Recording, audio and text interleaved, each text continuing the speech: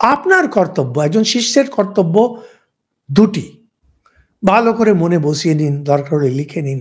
প্রথম, যিনি আপনার গুরু, প্রথমে তাকে সাক্ষাৎ সিদ্ধ গুরু সচ্চিদানন্দ রূপে জানতে হয়।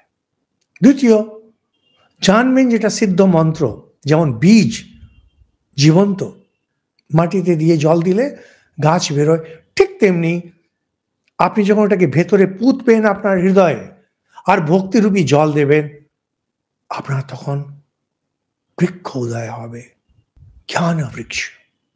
এই জ্ঞান বৃক্ষ আপনার যে শ্রদ্ধা, আপনার যে বিশ্বাস, আপনার যে ভালোবাসা, আপনি ঢেলে যাচ্ছেন।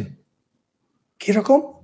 কঠোপনিষদে বলছেন, গর্ভিণী যেভাবে নিজের গর্ভে রক্ষা করে, মন্ত্রের রক্ষা ঠিক সেইভাবে করতে হয়, বাস্তবে করতে হয়।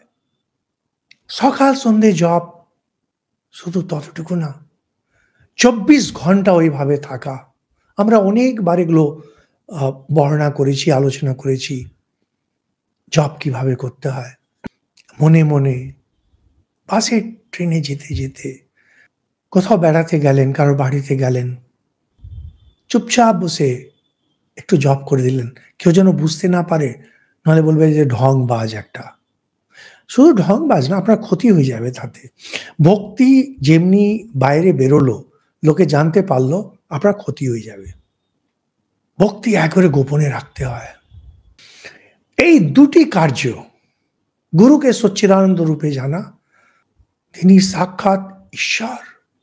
ঠাকুর এতটা বলছেন, যদিও আমার গুরু সুরি বাড়ি যায়, তাও আমার গুরু নিত্যানন্দ রায়।